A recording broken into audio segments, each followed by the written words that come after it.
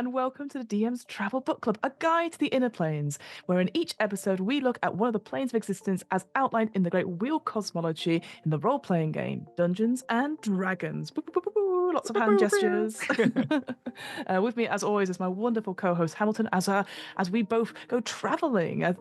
We can't travel together in person, but we can do it remotely through the world of fictional worlds, and that's what we're doing. The magic of the internet. Blaine. Yes, exactly. And what we've done, the big four elemental ones, and now we're going sort of a more spiritual sort of vibes planes now, aren't we, Hamilton? Vibes, very, very heavy on the vibes. Yeah, we're going to the source of all creation and destruction, the essence, the life essence in the first instance. We're going to be doing a duology here. We're going to be all the dualities of both the positive and the negative planes. Yes, energy planes. And I hadn't heard of these before. And now that I don't know if they are big necessarily in the current edition of D&D. But actually, having this idea, we sort of talked about it before. We had these sort of 4 slices of a pie of the elemental ones, and then on top and bottom, we have the sort of the sphere effect of the positive and negative planes, and then you have all these other sort of intersecting ones which intersect with each others. And so for me, I'm like, it's basically an orange. It is segments, and some of the segments are rotten. Some of them are very, very nice. Some of them are just steam or void. It depends on which one you have. Exactly. Yeah. No. Exactly. And it's and this is, as you said, the polars, the poles of that sort of feed. And I think the argument is it's sort of the life and the negative, the sort of the positive is sort of feeding all these things, whilst the negative sort of drawing out everything from it. Yeah. So you get that sort of magnetic sort of. Yeah. Kind of. It's more of a shoot. Sort of a shoot, but it's sort of flowing in its own way. Yeah. Whilst and there's lots of obvious contradictions between both of them, both within themselves and outside of them, which we'll find out, which is kind of fun. As you said, their relationship reality now, after the spell plague being a key thing, which is probably something we should do a DM's book club at some point. What is the spell plague and why is it so important? Because it's a very particular moment in D&D lore where wizards were getting up to no good, as they love to do, and they caused a rift in the whole of the elemental planes, and it meant that the negative energy plane sort of broke up and split off loads of energy into the material worlds, and then created the Shadowfell and created the Feywild and created the Feywild is it sort of was already there, but there's a whole, the basic thing is a Shadowfell is the negative energy plane exploding and sort of merging with the material plane and creating this secondary plane. But then it's got links to the ethereal and it all goes a bit weird. But it definitely is. It sounds like yet another spin-off thing we might have to the history of the spell. Well, exactly. Yeah. It makes I was going to say, it makes me think of that whole, the Mitchell and Webb thing of the event. We must not talk about the event. Every time we come to it, the spell plague, we must never talk about it because we don't know anything about it. I don't know enough about it, to be honest, because I've read it, once and gone, oh, this is weird. But I just know that's what, because I'm like, I just remember going, where's the Shadowfell in this? Where's the Feywild come from? Because obviously we've come across the Feywild through all its different interpretations throughout all the other planes. So the bits that you find in Avenir and in Arcadia, etc. So all that stuff changed. Wow. We'll definitely have to check it out, and definitely, I think, and yet another, it's great. It's not only for us, just obviously, travel book club, but it's also content meetings. It's the only time we get to chat about making more content when we're on our travels. Clearly, exactly. Well, that's what you do when you're on travels, right? It's true. You're like, we should do this again, but we should do a travel content. blog. Yeah, we should do a travel blog. Yeah, absolutely. Well, you know what? I'm a bit tired of being, falling through the air, drowning, being suffocated by earth, and being set on fire. You know what? Yes. Can we go to the positive plane first? Because that sounds like a lovely place to go. Surprise, Fiona. It's not. Oh, what? No, I mean, it's really good for about half a minute. And then it's too good that you die. Oh, no. Yeah. That doesn't sound good. No, I mean, that is the fundamental of it. It is the life force. And like all Star Trek beings, you will eventually explode and turn into light itself as when you go there, you are immediately hit with pure life energy and your body heals. So really good if you've got loads of wounds and you can get yourself there and you've got lots of hit points to gain. Perfect place to just go, but make sure you leave quick enough, because if you get you gain the numbers off the top of my head here. I think it's 2d6 per round. And so once you hit twice your health points, like when you lose, if you get killed by hitting minus your whole hit points again. So if you double your hit points, you explode into a ball of light. And because as your body your soul radiates from inside your physical form. Wow. Which is kind of interesting. That's it's, you're always talking about your higher self and higher beings, but that sounds quite literal. And there's this idea that it is just energy, right? There's no terrain, no water, no sky, no, it is just energy. And that's the thing about, obviously, as we know from science, is that energy can't be like created or destroyed. Destroyed. Yeah, exactly. So it just goes from one thing to another. So the idea is like it's just made bigger and bigger and bigger, and then it just peels off into the universe. That's actually not the nicest way to go, I'll be honest. Not really. But it does feel like there is a way around this if you're willing to be hurt by your friends. Is you could, if you have a friend who seems to have a sword that does 2d6 damage or maybe 1d12 damage, just constantly get the friend to hit you every single time at every round. Or poison yourself. Find a poison that does 2d6. Constantly keep drinking alcohol and just like just poison. If you've got a poison condition, I think there are certain poisons that will do 2d6 damage.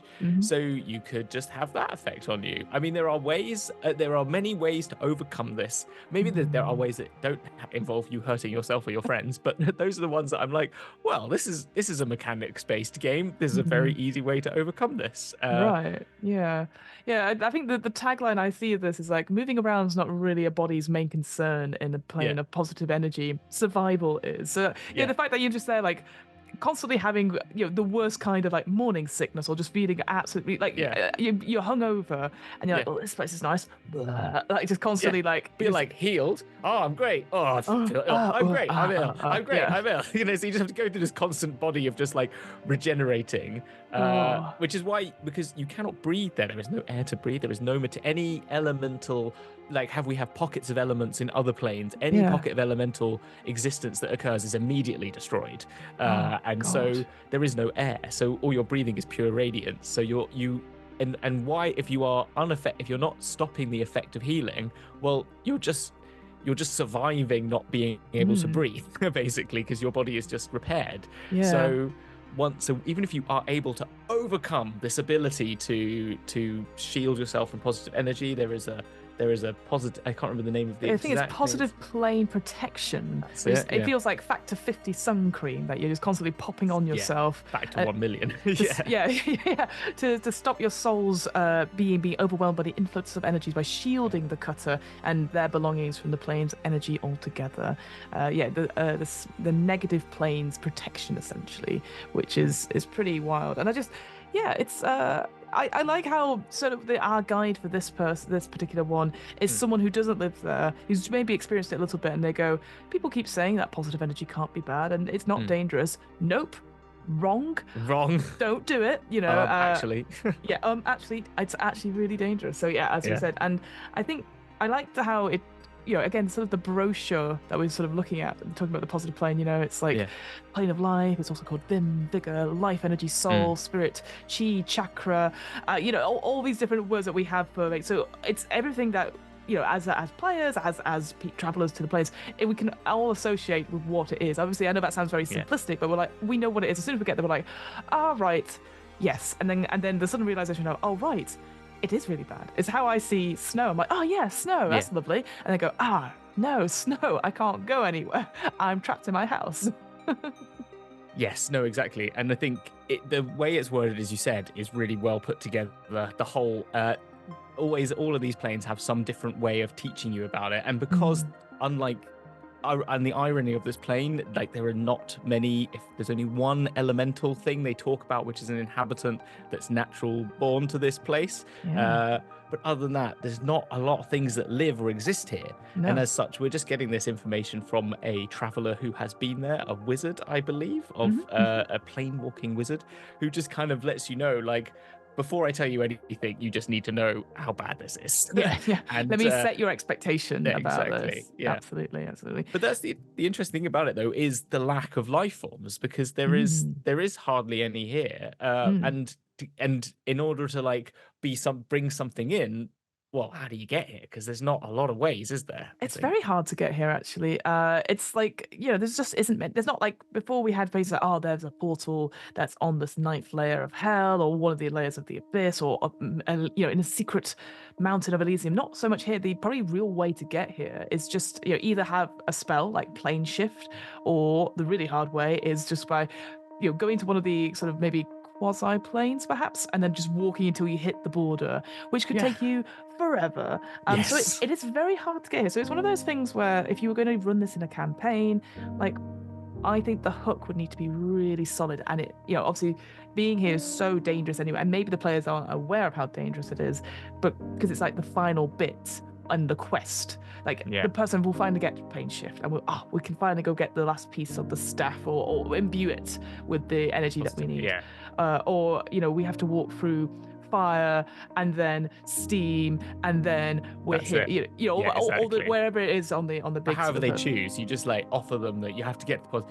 You could do it that like someone really important who's literally got the key to saving the universe is fighting with you, and suddenly they get afflicted by like this, they're getting disintegrated or something like that, and you have like an NPC wizard who goes, it fails the counterspell, and or someone tries to counterspell it, they fail it. You have an NPC wizard or some magical being who sort of teleports you to the plane shifts you to the positive energy plane, whilst this person's like disintegrating, doing the sort of like the dusting. They are slowly like being kept alive, being pulled back together with the positive, and that's like you're trying to. Now it's like the second phase of the battle is like maybe that's your way out of the battle that you're clearly losing from your GM, or like there's some sort of Deus Ex Machina. But now, right, you're in the positive energy plane. You've saved the person that's got the key information or whatever you need to survive whatever your big bat BBG's up to. But now you've got to escape the positive energy plane. That's it. And just to go back as well, because you mentioned the idea of not breathing here. But that's not necessarily a problem. Like, obviously, it's a problem if you've got that protection on that positive plane protection. But if you don't, you can't die. So you have that weird sort of thing where you are suffocating, but also your body is still healing. So again, if you wanted to, again, lines and veils, all that sort of thing, but you could describe this sort of thing that, you come in with no protection. You could feel your body almost expanding a little bit. You feel sort of, you can feel it, everything maybe cracking slightly, but it's uncomfortable, but you're not dying. You don't feel pain per se. You just have that really maybe tightness in chest and stuff like that. I don't know. I just was like, ugh. So breathing being one of the biggest hazards in this place, because you maybe not, you either choose between not breathing or being so healthy it kills you, so it's one or the other. So you got to bring your own air, or if you, or like a helmet with water in it and water breathing as well. Like, because if you've gone to the water plane, maybe you've got a staff of water breathing. So you're like, well, I'm just going to chug some water, put it in a bell jar, put that on my head, sort of thing. I'll breathe through that. I don't know. But this additional life energy, you get to keep that if you leave for 2 to 10 turns. So like it could be give that little bit of knowledge to characters, so they know it. If they've got the plane shift spell, it's an option of like, well, both of us have got plane shift. What if we plane shift to the elemental plane just before this fight, right? Plane shift now. We'll heal ourselves up for 10 rounds, till we're literally just on that limit, as far as we can take it. Plane shift back to the battle, and we've got 2d10 rounds of bonus healing, of temporary hit points. Like it's a kind of like a, just thinking it from a mechanical point of view, it's a way that you could add it in as like a bit of flavor, and it could be something they do. Or maybe this is, you want to give them better healing spells. Maybe part of the MacGuffin is building some form of like bracer that you take there, and it like gives you, when you're at level 20 and you want to give them some cool things, or want to flavor them getting a boon, which is like one of those epic boons of having regeneration abilities, or like epic legendary actions, or legendary healing, or something like that. You could say, well, you take these bracers, you have to go on this quest to get to the positive energy plane to imbue it, and that's your sort of little mini story to be like, from now on you have 2d6 healing at will. Oh, nice. Do you know what I mean? Yeah. Like every turn or something like that from these braces. But this is to say that the other thing was sort of we're dancing around it a little bit, but the idea of combat. So if you're for whatever reason in the positive plane doing combat, that all sort of attacking spells will obviously do very minimum damage because you're just constantly healing. But then you have that choice of whether or not, if you got that protection up so you don't die, you have that choice of making like a wisdom ability check to maintain control of the you can put down the protection, make a dexterity check to be like shields down, take the energy in, and then a wisdom check to maintain control over the protection. And it talks about like if you pass both these checks, then you manage to get that healing and then you're fine. But if you fail the first one, nothing happens. You just wasted, you couldn't bring the shield down in time. But if the second one fails, protection fails, and then you're overwhelmed with like too much power. So I like that idea that if you were going to do something like that, it is incredibly dangerous. Like it says it's a dexterity check, so it's going to be very high. It's something that I can imagine, like this idea we talked about before about the pressure. Like you think about the earth's pressure on you and the water pressure on you in this world. If you get to some point, I can imagine that every time you try and do this to get more and more healing, the pressure is just because it's building and building and building, so the DC goes higher and higher and higher for those checks. I think that's good. I think that's a good way of doing it. But it's also just like, just don't have combat. I wouldn't be here. I mean, because the other thing as well is obviously your vision and senses. It's very bright here. You're just like blinded by the brilliance of its energy because it's just so bright. So it does say the best way to protect you of your eyesight is to wear a blindfold. And you're like, I don't know. This sounds like more and more like a trust exercise going very, very wrong. But when it says when you're wearing blindfold, you still can't perceive much beyond 100 feet because the energy is so intense. Yeah. And then, but you can hear better, and it says that you can wisdom check -6. So whatever wisdom check, you can sense movement within 25 feet of them just normally. So you can sort of sense things just because the sounds are all elevated and the energy sort of moves about. So I kind of like. I think I would sort of cool. Take that as a like maybe you just gain blind sense when you're on the plane, just as like because the energy sort of goes through into your brain and sort of you see without seeing. Do you know what I mean? Yes. Like you just become one with the energy, which I think kind of could be kind of cool. It makes me feel very, very Matrix in a way. That sort of idea of like you just Marco Polo type thing, trying to find out where your other person is. And the other thing to say as well is that moving in this place, it's just swimming through the energy, and we've covered this sort of before with like obviously the elemental plane of water, thinking of a location as well, like to draw you to a certain place. Again, we've had that with air instantly, instantly. It's not like in the astral plane you think to move and it's based on your intelligence scores, but here it's like you think to move and you're there, which is really useful. So if you're trying to get to one of the very few locations they have in here, you can by just getting there and then going instant, which is kind of cool. It's pretty cool. So what about inhabitants? Who can we like figure out we can meet here for coffee? Well, as I said, there's not a lot. The key, it says there are no elementals, and then goes on to describe 2 elemental beings that only exist here, which I thought was kind of strange. And what's the point? But they say the closest thing to an elemental on this plane is a creature called a Zagya, and there is a Zegyi, which is the Zagyi. Yeah. Have you seen pictures of them? No, I haven't actually. They look really cool. They remind me a little bit of like the yin and yang, essentially, because the Zagya is the positive sort of energy being, and it's like a little ball, essentially, with like sort of a tail coming off it. It's like almost like a comet. Sorry. And the Zegya is the same, but also like the negative version. And when you put them together, I think there's like the picture I saw was like orange and green, and it just the way they sort of circle around each other, it made me feel like it like almost opposites attracting, and that sort of like it's a little bit of good and a little bit of evil and stuff. I'm having a look at them now. Yeah, they're kind of like tentacly things. I like them. They're very cool, aren't they? But also as a result, terrifying. Can you imagine, like, you've got your blindfold on and you can sense something on the periphery, but it's like these creatures are sort of like they're moving and they're sort of like I think of it as a flowing way, but again, energy might not move like that. They just look like the Matrix things a bit, don't they? They do, yes. They're the Sentinels. Yeah, absolutely. Yeah, and they're called Ravids, is what they're known as. Is the sort of overarching term for them.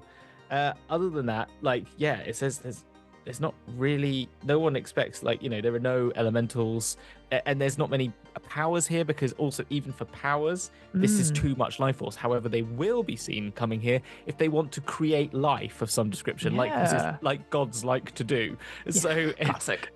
Classic gods. Hobbies. Hobby time. We to make beings. And so they'll come there and store up some energy. Yeah. And sort of use that to then create new life on other planes. And if you want to, wizards might come here to imbue life force. So when it says, when you're obviously casting positive energy spells like healing, or when you're giving a golem life, if you want to create like even more elementally infused life forms, like you want to give life to an object, you can do that. Yeah. Which brings us on to the other point that it sometimes when these there's this thing called, not the Zaggy, it's the something comes through. There's you can get hit by, what is it? When it can make your elements come to life. You can. Oh. So when those Zagya are floating around, and if they pass through you or any of your objects, they will bring them to life. Oh no! So absolutely not. You'll have your, be our guest, be our guest.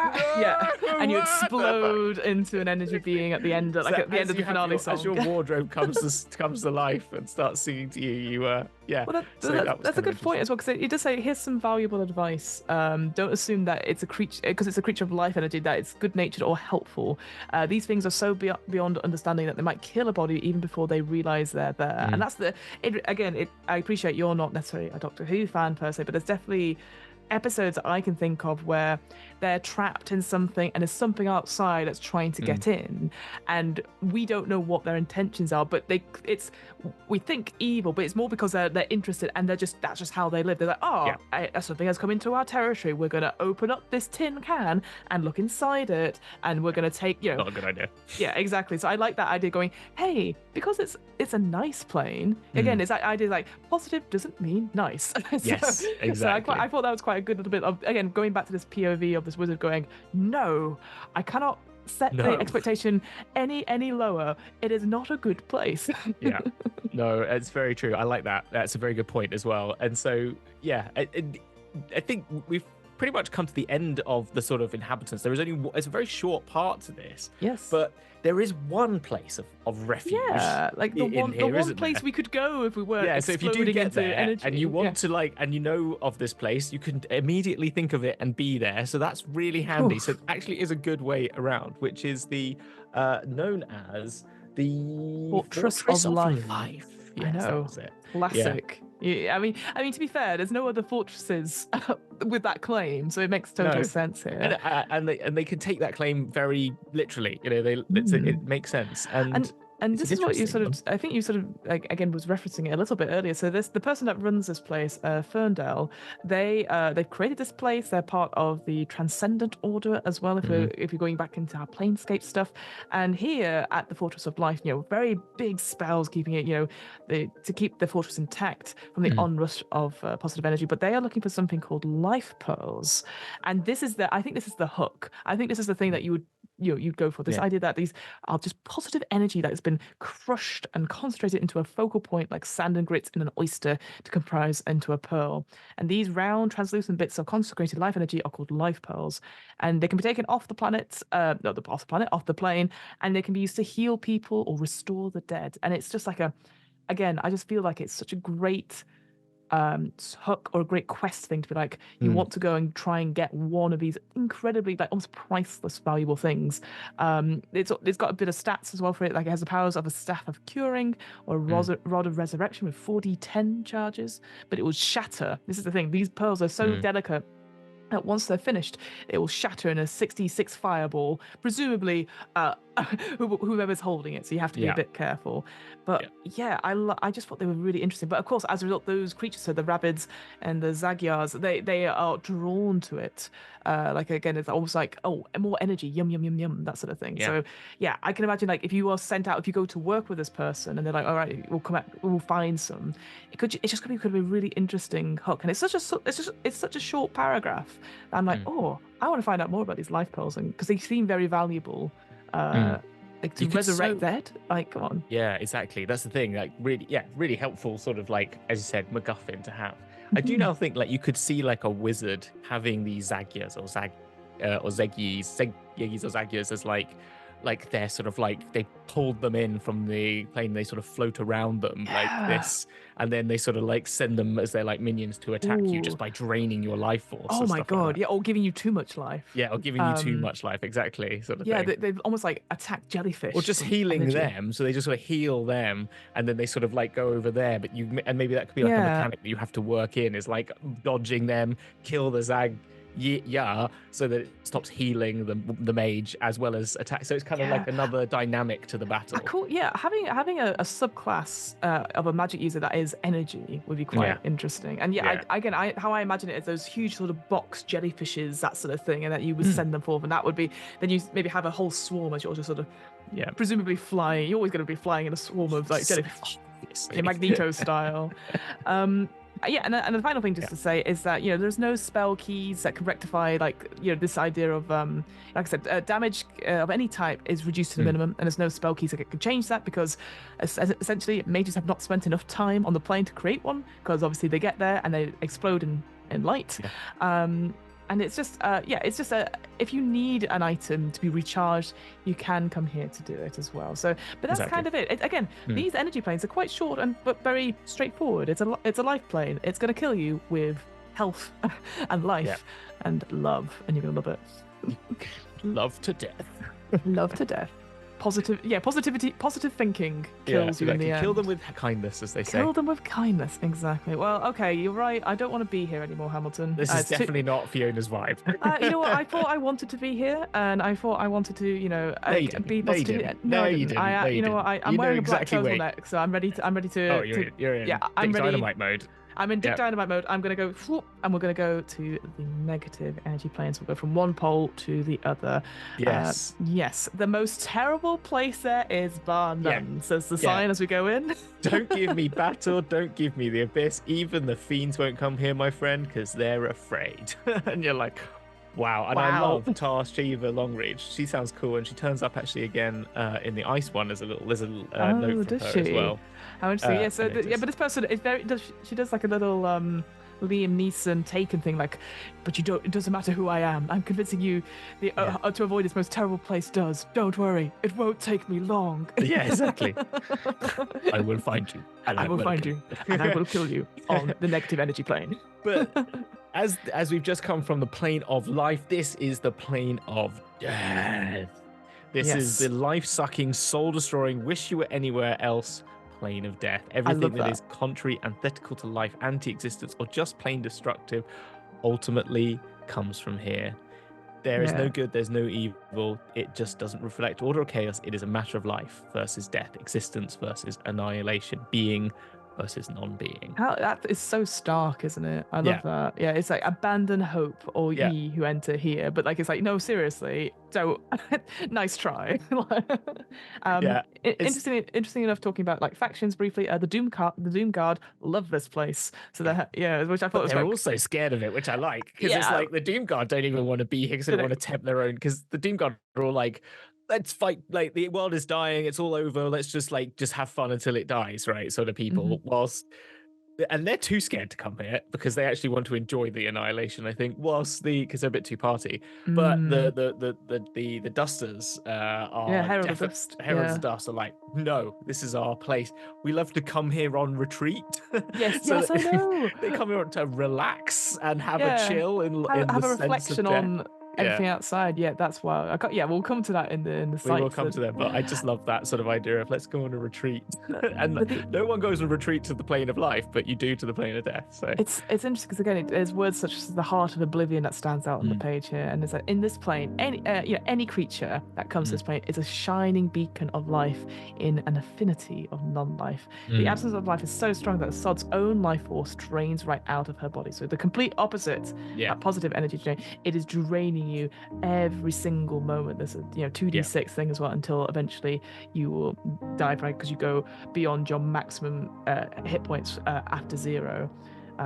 Pretty fucking brutal. No, it's pretty. No, it is, and And like all things in the world, darkness tempts more than light in some way, because we find that not only is this a way more inhabited plane, but also it's much easier to get to than the positive energy plane. Who would have knew? thought that people would put more energy in the industrial military complex than the burrowing portals go, another just portal like to the the plane material of death. plane has that. The industrial military complex, the fantasy realm has the industrial negative energy plane complex of where we have people making portals, because I like the terminology here, leading to there. However, because undead sustain a strong link to the plane, which we'll come on to, portals leading to the plane spring into being much more often than most top shelf bloods would like, which I think is a great term. Even the top shelf bloods, even the top shelf people. I love that. Yeah. Because that's the thing. Not only is there planes that you can get to from, beings where like liches or demi-liches, draco-liches, vampires who can cast spells, they all might want to set up their own links to these planes so that they can gather much more dark energy to do their undead and sort of dark machinations. But also places like in battle, and I think there's one in the Abyss, it says as well, there are accessible through here. However, I think, why would you want to do this? Again, we'll probably find out, but it's more often than not the way in. Yeah, it's kind of like compared to life, where we have to get a long way to the positive energy plane. You have to either plane shift, which is extremely hard, or going the long way around. Here, I like the idea because death is certain.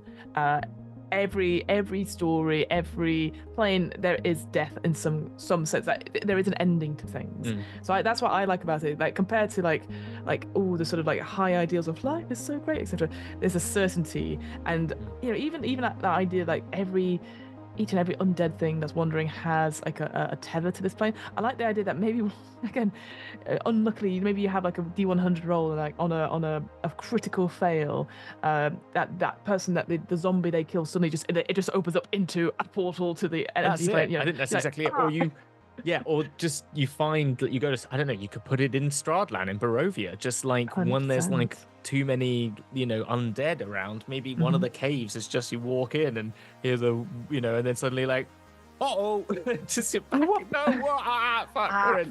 Exactly. But when you do die, it's not over for you, because unlike in the positive energy plane where you turn into a beautiful beacon of life and you become one with this positive realm of life, here when you hit 0 hit points from this draining or die on this plane, you will be instantly transformed into a random undead creature. Wraith and specters being the most common kinds. Matter conjured here crumbles to nothing in 1 round as well. So I think that's really interesting. It also become a zombie. Yeah, just become a zombie or whatever. Yeah. And then it does also say, well, if you want to be even more evil, you could steal a level from your characters each round, which I think is marvelous. I think it's great, but I would be so scared. I would suggest that what you can do is you would give them the option to satiate 10 rounds of existence. They can give up like like the damage. You can give up a level. I'll be like, you know that what you could do is you just have your innate, or someone tells you this or something like that. Like if you can find this part of you, maybe you have to make a wisdom check or use your spell check or whatever your check is. You can offer up some of your learning and your ability to the plane in exchange for 10 rounds of life of neutral of stopping protection. things. Exactly. So you sort of drain part, you just swap part of you. Because when we come to the plane of ice, and I don't want to talk too much, but it has a thing that even ideas and concepts can be frozen on the plane of ice. I like the idea then of translating that here, that even you can offer up memories or other elements of your experience. You realize that it can take different parts of your body, not just your life force, but also what it means to be alive. Your potential. Yeah, exactly. Sort of thing. Yeah. Even your potential, even. Oh, I like that. Like you can give up a feat. Or even like, if you what about something in the future? So say you knew you're going to play a campaign all the way to level 20, right? No matter what it was. Maybe you go, I want to survive. Okay, I will give up 2 of my future levels, so you can only cap out at level 18 for that character, whilst everyone else can go up to level 20 or something. You can never hit level 20. Yeah. because you've used up that potential, right? That would be evil. That's pure evil. I think that's the thing I love though, because there's always that thing where you go, okay, so it does hit you, and you roll the dice, and then you say stuff like, well, that's 85 damage, and everyone goes, oh shit. But I like the idea of doing all that sort of performance and go, you lose a level of experience and see what happens, and see if everyone just loses their shit. Because I think the idea potential would be that you can get to level 20, but you have to get to level 20 twice to get to level 20. So you know what I mean? It's much harder. When everyone else gets to 20, you just stay at 19. And then you have to do more until you level up to 20. I like that. That's really good. Yeah, I think that's really cool. It feels very evil, but I like that because since level 20 shit anyway. Well, exactly. You get more. You get like an epic level. I don't know. I feel like because here it's just playing with it a little bit, and I think if you're coming here, it's not your first rodeo as adventurers. It's not your first rodeo as a DM person. So I think this is where you get to play a little bit and going. What if you would then on the using our terminology, on the flip side of this thing, you would, when you go to the positive energy plane, you can gain a level. Keep gaining levels. You can gain levels if you want, but they only last like for 2d10 rounds. Yeah. So you can go charge yourself up. Yourself up, like go out to fight. Battle. I mean, that fight would take so long as you're like, okay, give me 2 seconds whilst I update D&D Beyond till level 15 and then go, okay, go. Like I did when I did Dragon's Duel, and I said to everyone, have yourself your level 10 character, but also can you make me a level 20 of your character in advance? And that's what I told people. And I said, like, you might not use it, but if you have it, you have it ready. So you just say, always have that ready. Or, I think that's cool. Yeah, I think you would. If you were going to be playing this and you're at that higher level, you would just get people, you just let them know, this is a potential, just want you to know. And I think that would be really fun. I love that. Other sort of hazards to talk about, again, breathing and vision. It's going to be difficult breathing in general, as we sort of described. Light as well disappears within a fraction of a moment, because it's that idea this plane is greedily consuming things, like a desert stealing moisture. It describes it, which I thought was quite cool. That sort of like just evaporates this the light. Oh yeah, light spells just don't work. No breath is the only way to get around it, because there's no air to do. You have to all have bottled breath with you. It's also not generous to your senses. You can't see very well, you can't hear very well, so it's basically within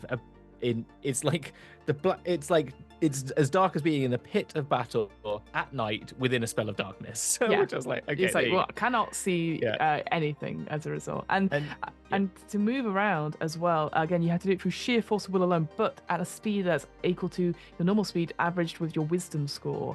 So you have to really push your way through. It's like going through treacle, and just like it's like it reminds me of that primordial soup analogy of limbo. The idea of just everything is like there isn't anything here, but the thickness and the consistency of this thing, it's so hard to get through that you have to be. Ultimately, you're relying on your own willpower. You're relying on yourself to motivate yourself to go there. But I can imagine, again, describing like as your levels are being drained, as your hit points are being drained, it's actually draining your emotions as well. Like you're draining that drive, and that's why you just get stuck and then become one of the undead as a result. It's awful. There's a really nice picture on this page though, which shows a group. Now I'm realizing Zegyi trying to attack a group who are on a little boat that's floating in a little like a protection bubble, heralded by what looks like a wizard character, and then like a little party behind them, which I think is quite a nice little picture of it. And it just makes you think of that movie where they get shrunk down and put inside someone's body. Oh yes, I never remember what it's called. It's something like The Greatest Adventure, or something like that. Yeah. I'm always like the human, but that's terrifying. That's because it's all physical effects, and then they get eaten by a white blood cell and stuff, and it's like horrible. Yeah. It frightened me as a kid. It just kind of reminds me. Yeah, it did as well. Same. It's one of those like, should you be showing this to children? It's the 90s. Don't worry about it. But yeah, it's not a fun place to move about in, but clearly I would like it if it did give us, when I saw that image, it's like, are we going to get like, there's a way to get about, there's these boats that are in a dock somewhere that you can get, or someone's made, But no, alas, not. But don't be silly. No. But as we said, there's a lot of people who live here, though. Yeah, so they get so much more. The more types of people living in the plane of negative energy than positive. Which I guess, again, maybe it's a bracket thing. Like oh, it's very expensive. On your wedding day, it's a free ride. You've already paid. It's like there's less life in the life plane. Who would have thought? Figures. There you go. I did my own lyric to it. There we Love are. Love it. But yeah, this idea. I want to be on Make Some Noise when it. By the way, when it comes out, yeah, the UK version when it comes out, amazing. No, don't. It'll be me, everyone. No. So there's negative elementals and fundamentals. Yeah. But the dark view is that they're just creatures shaped from negative energy and powerful magics, like sort of like energy golems. So in my head, it's almost like you see the silhouette of these creatures outlined against even the blackest of the void, essentially, which terrible. Almost like that negative like film effect sometimes you see. Yeah. That's what I'm picturing when I'm describing these sort of creatures. And energy golems also sound terrifying. And big. And so I'm like, no, thank you. I would not like to interact with these ones. Yeah, no, exactly. There are some horrible, you could just, and all the other undead things that you could just think that you put in there that would just not be fun. I do like how it does say, though, that lesser undead creatures such as skeletons and zombies react to the abundance of negative energy, similarly to humanoids do on the positive energy plane, and they will explode from in an overwhelming surge of energy. So just constant explosions of bones around you. But thinking on that, and I kind of like this idea as well, which something they have. They're putting more into the negative energy plane. Classic Planescape, really getting excited about the negative and not the positive ones.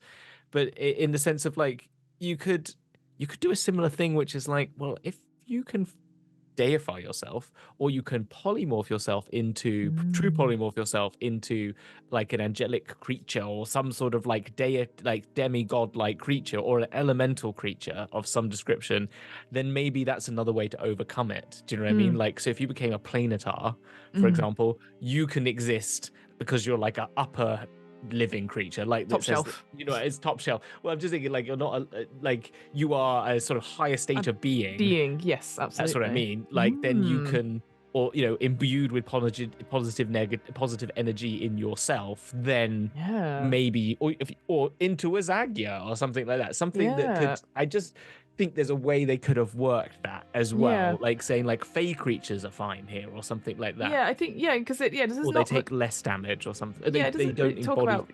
It doesn't talk about the resistances or immunities so much here, which is surprising considering how much they go. It's like, it's 2d6 per round on this side. So it's just like, I think that'll be interesting to have, but that they're so good that there is a little bit more protection, or it takes a longer time for them to be. Or if you're like a cleric of over 10th level, because you're already able to manipulate the positive energy plane, you then have a better save DC, or you take half damage if you're level 10, and if you're over level 15, your manipulation of positive energy through healing magics, or say as well as maybe paladins, because they things that do, and druids maybe as well, you could add into that mix of potential like ability to not be overwhelmed by it, because your body is already channeling so much of that energy. Do you see? That's all I'm thinking, like an innate ability to do so. And again, as I said, planetars, or what were the ones that we were hoping they would be, that we could be playable races, but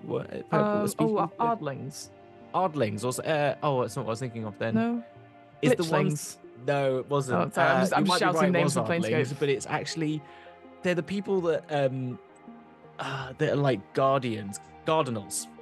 Okay, Ardlings.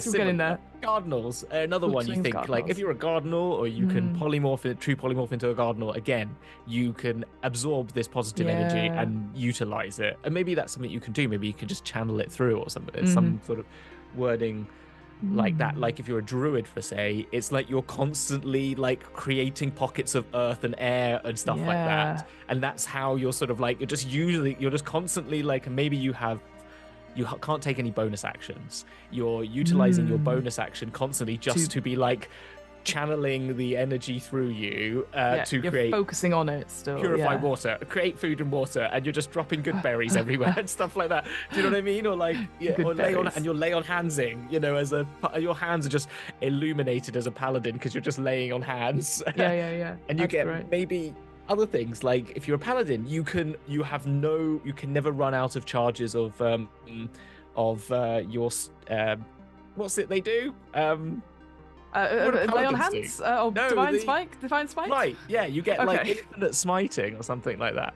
Infinite smiting. Oof.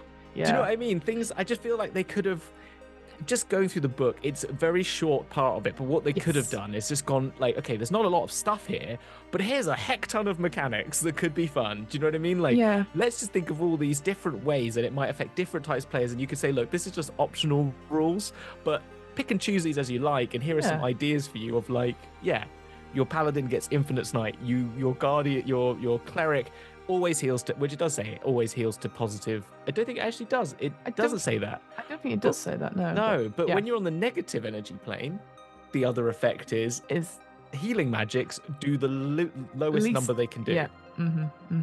I think everything. Yeah, I think because this is the thing, when we did our Outer Planes one, I was always like, oh, well, the 5th edition, here's the optional rule here. And I agree. I think more optional rules for stuff just to get that flavor across of what we're doing in the setting and like why it's dangerous, other than like, kill us, but there's some benefits as well. I think the optional rules are benefits that are obviously, because the Outer Planes were, the sort of optional rules were always like alignment based, and obviously that's different to the Inner Planes, which can be more like if you are, say, a native of another plane, that you could be affected by another plane. So like we've talked about it, like the fire and water stuff, and so something here as well. And this could be a bit more esoteric because of the energy stuff. So could be. If you're a necromancer in the negative energy plane, maybe then also you don't get affected by it, because you're just, like it says, liches and vampires come here to absorb that energy to use for their machinations. If you are also a necromancer, well, maybe then you don't get affected by it, because you are just channeling negative energy all the time. Your body's sort of immune to that sensation and not being overwhelmed by it, that you just start raising undead as you're walking around, because that's just like what happens, like as an after effect or something like that. I don't know. It could be. Oh, it could be cool. Really cool. There is a power that is here in the energy and the negative energy plane. This idea of this avatar of ultimate annihilation, which is something I put on my CV several times, as you know. My nickname at university. I did. Yeah, that was my nickname at university. In his realm, the Vortex, they meditate on the best way to accomplish his goals, and occasionally acts to protect the multiverse as it now exists, where any extreme changes might disturb his own plans. So this idea of almost like a Watcher type character, sort of like only ever so often. Again, it's that idea we haven't really, again, another thing we should probably talk about at some point is this idea of the balance and like the order of wizards that go into talk about, like, or they'll go help some places or they'll help another place to keep that balance in order, because if one side wins, everyone loses. And so that's what I like here, is that this particular avatar where you think, oh my god, they must be incredibly evil, and they're like, no, I'm just being very delicate with my little bottle ship of the universe. And making sure that nothing goes wrong with it, right. Which I think is great. I think, again, I suspect that you would never meet this sort of character, but the idea that such a thing could exist, there's so much to play with as a result, and I love that. Like that. There are 2 sites here. Great names. Great names as well. The Death Heart, or Heart of the Void, and the Fortress of the Soul, which is what we referred to earlier as that sort of reflection retreat place. Well, I like both of them a lot, and I like what Death Heart, or Heart of the Void, aka Fiona's palace. Classic. Like, it's Fiona's dream home, like Barbie's dream home, but it's Fiona's dream home. Welcome to the Heart of the Void. Oh my gosh, I so want someone to make a grim dark Barbie's dream home. Please do that, someone. Please do that, someone. That would be so cool. But anyway, in Death Heart, it's a failed attempt at some Barmy's idea of a colony he wanted to establish there. A metal sphere approximately 1 mile in diameter. Now, it's basically a Death Star, right? Yeah. Which holds a prime-type city within its rounded interior. So, like, living inside the orb. Inside the world. Inside. Orb contains towers, buildings, fountain squares, and streets, serves now as a home to a host of undead. Yeah. And I just love the idea that this is a super party town. Yeah. Do you know what I mean? Where it's just like, just the undead having an absolute rave like all the time. Yeah, exactly. And I think that, like, some sort of like just kind of got that, I don't know, New Orleans vibe, which reminds me of, there is that place where all the vampires go in the other planes, which was very much set like that New Orleans thing, but kind of that sort of like creepy, scary sort of like dark, like the lights on the the sort of like going off on the bayou sort of thing, and sort of, that kind of like, I like that. Yeah, it made me think of, like, again, Walking Dead, and that idea of when you're in a city, you make a noise and suddenly around the corner comes a shuffling horde of undead that run after you and stuff like that. So yeah, I can just imagine it's very crammed, like these buildings are so tall, and there's just, but it's just absolutely dead. And you have to be so careful there. I do like the party element now, though, that they just come out and they're all wearing like Happy New Year's crowns. I like they might just be shuffling, but they're shuffling to a beat. It's the Thriller music video. Yes, consistently. Absolutely. Do you know what I mean? That's it. With like kind of hundreds of thousands of these creatures going towards you, all manner of like undead and wraiths and ghosts. Oh, horrible. Yeah, but there's also vampires, and the ghosts are all dancing, and the wraiths are all having a great time, and then you turn up like, hello, it's me.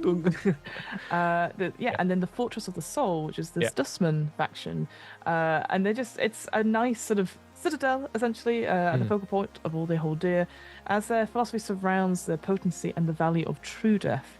The negative energy plane exemplifies their most holy of places. So this is a place of quiet contemplation for about 50 residents at any one time, although more have taken refuge here after the faction war. Yes, so again, this book came out a bit later, because the faction war was one of the last books, adventure books for Planescape. It wasn't the last, Yeah, because again, you will be able to tell me this because this is your sort of area of expertise. So which factions fell? I know Free League probably fell, didn't they? Or well, a lot of them all got chucked out generally, and they got put a wrap on the knuckles. But I can't.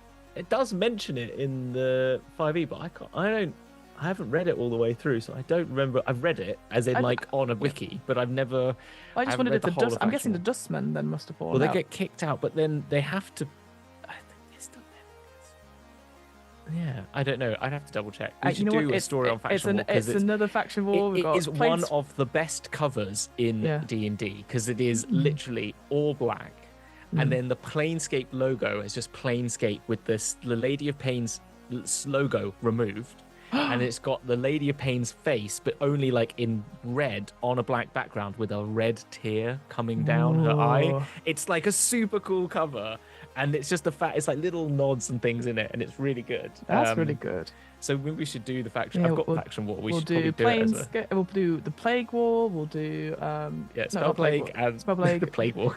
Plague War. That's something completely different. That's a Warhammer. There is that Warhammer. Spell Plague. We'll do the faction war. We'll do any suggestions, guys, for a history of D&D we can totally go into. 100%.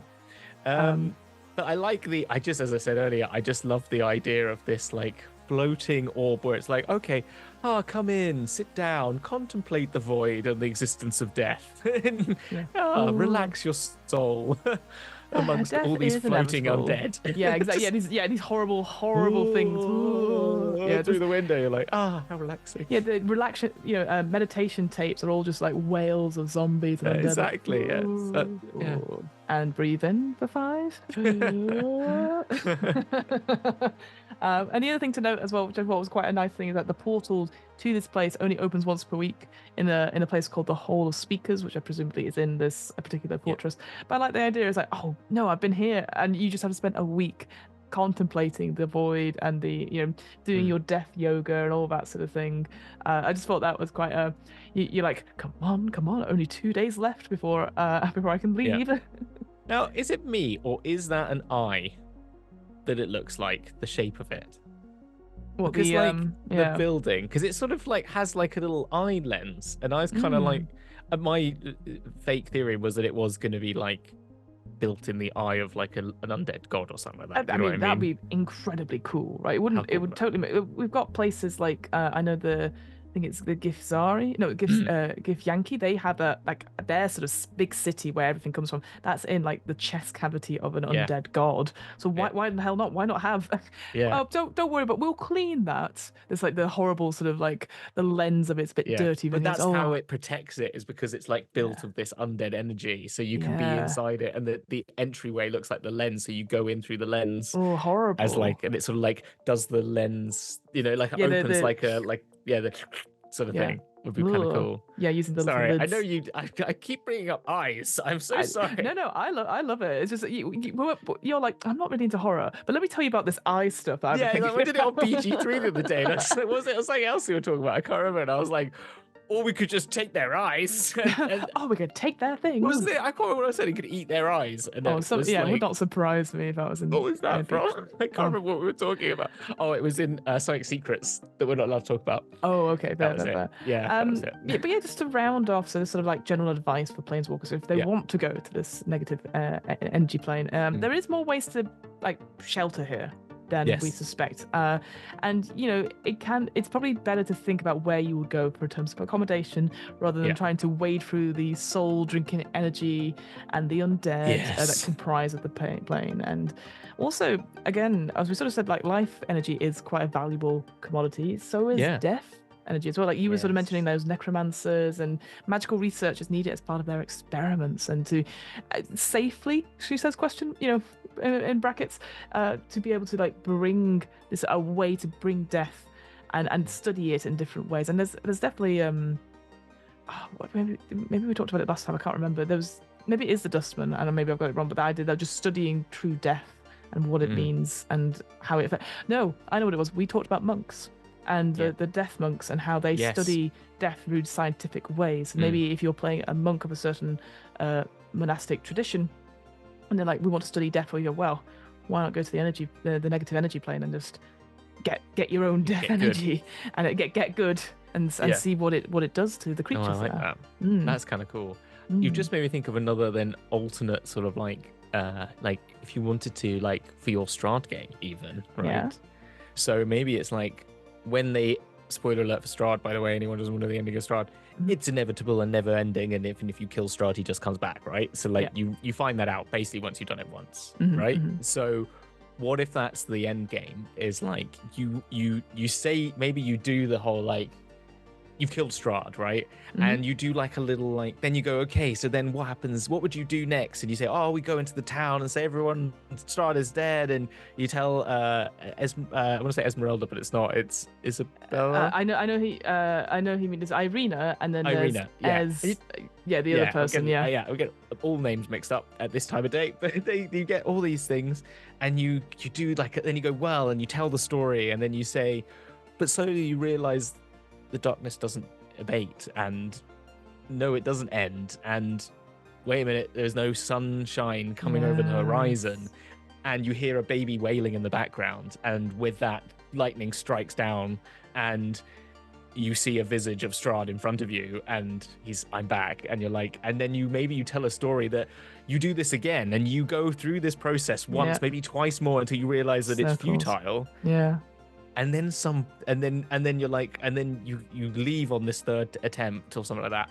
And maybe the end goal is like you go to the positive energy plane and you've got to get yourself a bunch of those life balls, right? Yes, the life balls. And you've got to set them off as charges to break the spell. Like that's the way. It's like a new game plus version of Strahd. And maybe you do it like there. Every time it happens exactly the same way or something like that. So they're in there doing the Back to the Future 2, where you've got them doing whatever they were doing in round one, in game one. But what you've got to be doing in the background is you come back and you look like, if you can't see each other because the multiverse will implode or whatever. And you've got to set off these, like, put all these charges in all around the place. But you've got to get to the positive energy plane. You've got to get all this elemental energy. You've got to maybe stop them. You've got to make sure they still get all the things you want to get, like in the first time round. And then when they kill Strahd, you've got to set off immediately at that moment the charges. And then it undoes Strahdland. Right. I love that. I think I just like that. That because that's the thing, Strahd's always about like circles and cycles and stuff like that. So that you need to do something so big to break the cycle, and that charges thing to ripple the barriers, the borders of Barovia, the mists. Absolutely. Something like that. I don't know. It's an idea. I like it. I love game. that. No. The idea that they have to do something different every time. They have to go to the worst plane possible, which is not the negative plane. It's the positive one. You make it so they have to get there through all the other planes. So that's your journey, and that's the harrowing thing. But you've got a timeline because you know when you did things you did before, and you need to get there before it happens again or something. I don't know. You could charge it in some way like that. I don't know. But it could be a fun, like, I want to take them to the plains, but link it back to my Strahd campaign. There you go. No, I love it. I love it. Well, there you go. So that is our 2 energy planes. And so I'm like, right. Whew. Yes. Very introspective. Tiring. I feel good and also feel terrible. Yes. Where should we go next, Hamilton? Well, because winter doesn't seem to be disappearing, why don't we embrace it and go to the para-elemental plane of ice, the frozen wastes. It's cold. Yeah, skiing holiday. All right. Okay. Yeah. Cool. Yeah, if you're in the right part of the plane. And what is fantastical about these planes, para-elemental planes, is because they're so on the borders and like the Venn diagram elements of the planes, for want of a better term, that they have sort of a geography to them. A much greater geography, unlike the planes of water where you do have borders and boundaries to other planes. They're not so great, and you talk about them very minimally. But because these planes, even though they're infinite, they definitely seem to have a north, south, east, and west, and they all have with that different aspects of them based on how they're affected by neighboring planes or the negative and positive energy planes hitting them. Right. And so it's kind of, I really like it, and this is where I think they could have done more of this in the other planes, because there's no reason why you couldn't, and it kind of gives more of a, I feel that these are so much more tangible than possibly the ones we've been to. Yeah. Potentially because of that. So. Well, I'm excited. Yeah, our first para-elemental plane. That'll be very exciting. We'll be doing that one. And where else will we be going? Because we'll be doing 2 at a time. Well, yeah, I was going to say, I'm not great at skiing or mountain climbing or anything outdoorsy. But what I do like is volcanoes. Surprising. Cool question mark. Because you live in one. Because I am a volcano. So I'm going to suggest that as well as going to the para-elemental plane of ice, say that when you've had a couple of negative energy cocktails. Why don't we also go to sort of the opposite version of it? So we can go to the para-elemental plane of magma as well. And just experience like a little bit of volcanic, like ash and lava rivers. I mean, I'll be honest, both of them sound incredibly dangerous. So I am in. Well, they are.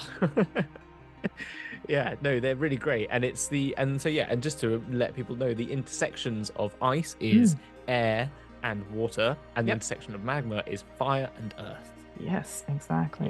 So we're going to cover those next time. But until then, you can, thank you so much, firstly, for checking in and listening into us waffle on about energy planes for at least an hour or so. You can find dotted around the screen links to not only previous episodes of this particular travel book club, but probably links to our Outer Planes travel book club, our first little travel book club we did, and also our sibling podcast, which is the DM's Travel Book Club, where we check out all kinds of topics, not necessarily related to a particular travel log, so to speak, but also just like things that interest us. Clearly now there'll be stuff on the spell plague, and at some point, at some point, and the faction war whenever we get round to it. There you go. Well, I think that's it. There's nothing else to say, but see you on the flip side of the planes. Hooray!